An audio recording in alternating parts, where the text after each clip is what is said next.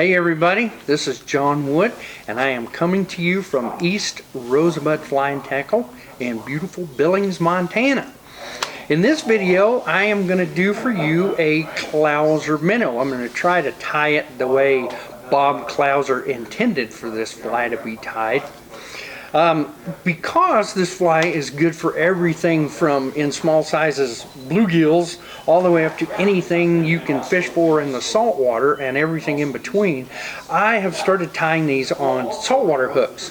And the hook that I'm really loving right now is this Umpqua X-Seris SS-420. We're going to do this one on a size 2.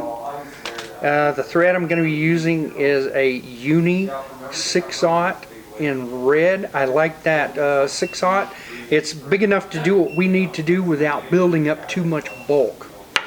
The eyes will be a medium brass eye, and I like these brass eyes as opposed to painted lead eyes because the Clouser tends to bounce around on a lot of debris, and the eyes are very exposed and the paint will just chip right off. So you put that paint on there and then it just chips off. For the belly, we're going to be using the white along the edge of a natural northern bucktail. And I'm going to put a little flash in the middle, which is an olive crystal flash. That will go on before we put the wing on, which will be a light olive bucktail. And again, we'll use the hair from along the outside edge of the bucktail. Let's get started. Let's get started tying this thing. Now, as you can see, I hold this up here. This is a very sparsely tied fly, and that's where some of the issues come with this thing and not getting it tied just right. The tendency is to throw a lot of materials on there because you want a lot of bulk, but that's not how the fly was designed. If you put too much hair on there, especially on the belly side, it's going to flip it and it'll ride like this, and it's going to do that. The fly is intended to swim like this through the water. So we'll get the hook. I'm going to set it in here. Now, one of the things I see when beginning tiers are trying to learn how to tie this thing, set the eyes really close to the eye on the hook. What we really want to do is we want to take the shank right where the bend starts, and we want to divide that into thirds. And I'm going to come 1/3 back on the shank and build a big thread bump. And this is going to be a pretty good sized bump.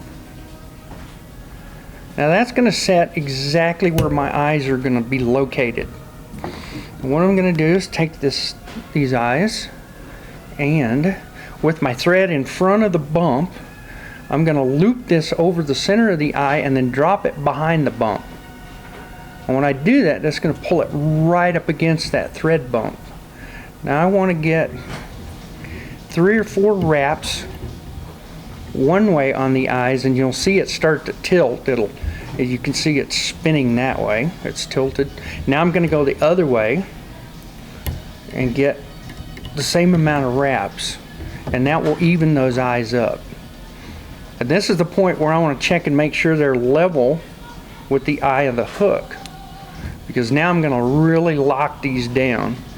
I'm going to start and make quite a few wraps one way, then make quite a few wraps the other way, make sure they're straight, and now I'm going to loop between the eyes and the hook shank several times, and what that does is that squeezes those wraps in, and then repeat the other process.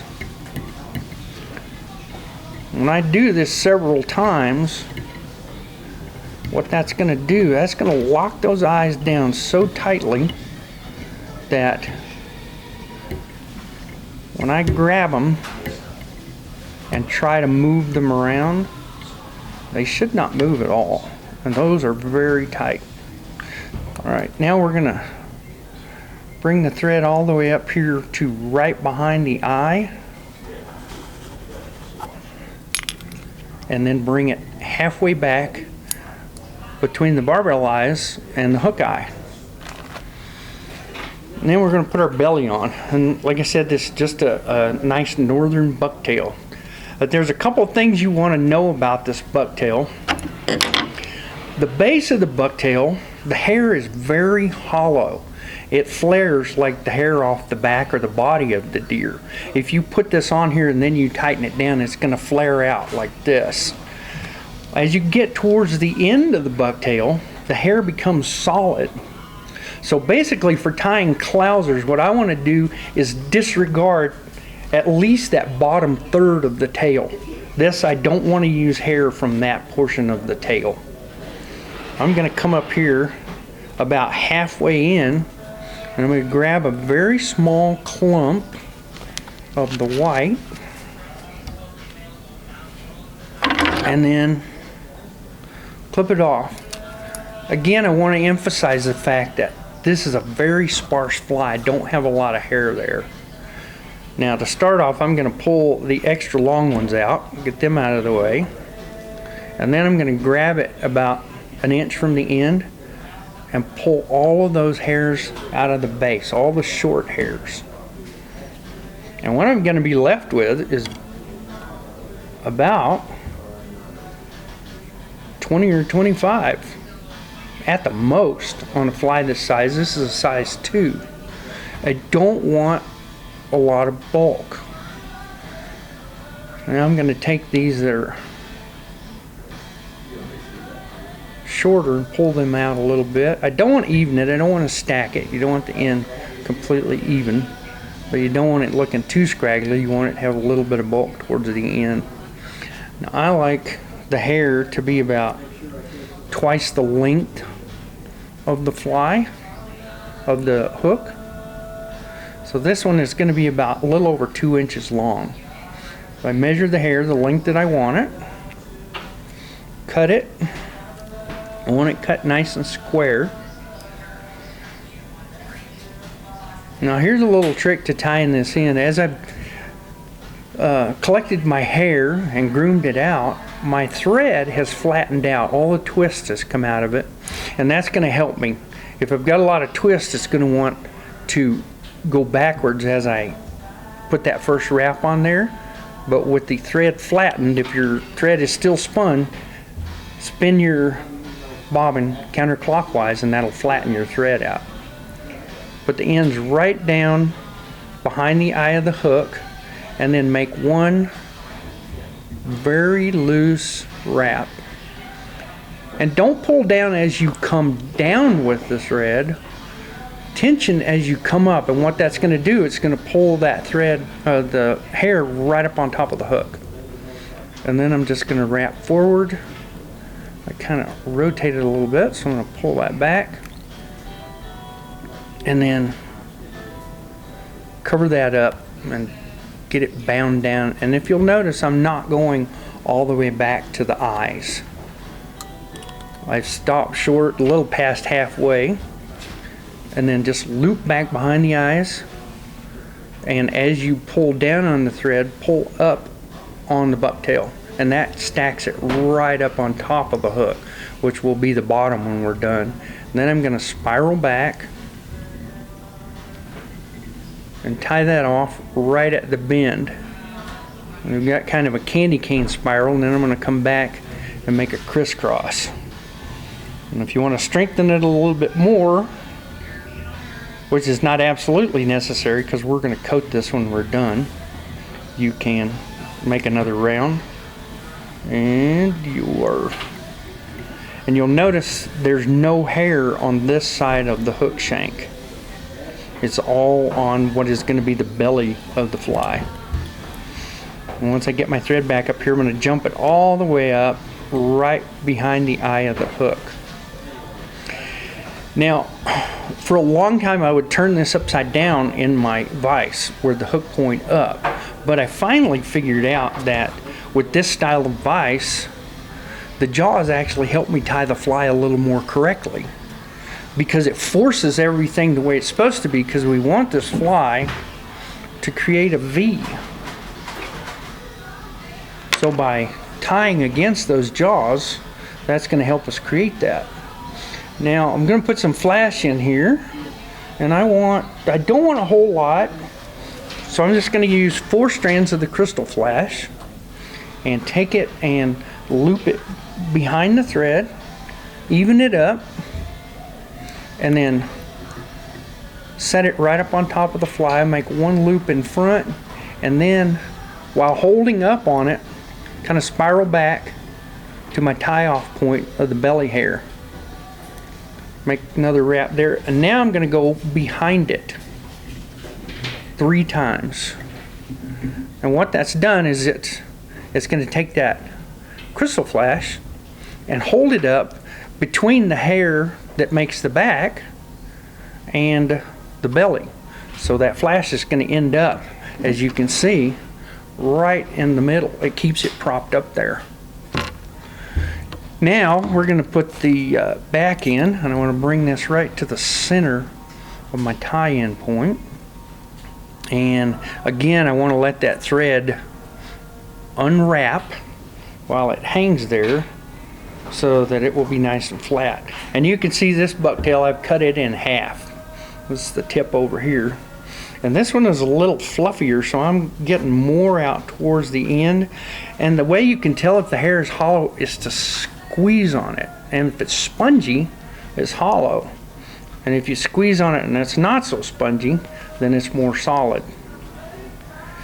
So again, I don't want to use a lot of bulk. I want this fly to look pretty sparse. So here's the clump that I've got. It looks fairly big right now, but again, we're going to clean a bunch of it out. I'm going to take the longest ones out so that I've got a fairly even end. It's not too scraggly, but it's not like we've stacked it. And again, grab it about 1 inch from the end and brush out all the shorter hairs till I get the bulk I want. And what I'm looking for here is about twice the bulk of what I had in the belly. Again though, it's not a whole lot. It's a lot less than you would think. This is probably 35 to 40 hairs at most. Now I'm going to measure it so that it's just a hair longer than the belly hair, because when we tilt it up, it's going to make it appear a little bit shorter. And again, cut it to length, a nice square end. And this is the thing that leaving the hook in the vise the way it was originally set, it really helps you, because you want to put that hair down at a sharp angle when you put it on there. And that's what's going to keep it clumped together as you tie it in. Again, very, very loosely. And as you come around on that wrap, pull your hair back to where it's all behind the eye, and then pull straight up. And keep it pinched very tightly, and then work your way right up to the eye. Now I'm going to, as I keep that pinched, I'm just going to cover everything in front of that tie-in point. And as you can see, by pinching that hair like that, it's not flaring out, and it stayed right up on top of the hook shank. And I'll get my little whip finisher here. Whip finish this thing. And then one last step before we toughen up this fly. Pull that up there, grab this crystal flash, pull it up, make sure you're not getting any hairs in there, and then clip it just a tad shorter than the olive on top. Now, one of the problems with a Clouser, if you don't reinforce it, is that this thread is very, very susceptible to fish teeth, as well as right here between the eyes. It's very, very delicate. So I'm going to use some Solaris thin hard formula, and this is something that when they first started tying these things back in the old days, they had to use epoxy, and it was a little trickier to work with. Luckily, we've got the good stuff now. I'm going to put just a little bit on the back, And then take my bodkin and I want to make sure that it coats the whole back side of that and bring that drop up over the hair between the eyes. And then I'm going to drop it just a tad off the back of those rear thread wraps. And once I cure this, you'll see why. I'm going to rotate this back and forth, but you could see when I let go of that how contained this hair is for the belly. It's a nice tight clump now. Give that another shot. Make sure I've got it everywhere. And then I want to do the front, and we're kind of going to do the same thing that we did with the belly and containing that hair to give it the exact shape that we want. It may look like I'm putting a lot on here, but this is maybe 3 drops. I'm just kind of coaxing those drops out of the bottle as I go around. And I want to make sure it's where I want it. Pull that hair up there. You see I'm getting it all clumped together. And then shoot that with my light. And again, you can see it just kind of contained everything and keeps that hair in a clump and keeps it from splaying out quite so much. I just want to make sure I've got that cured really, really good.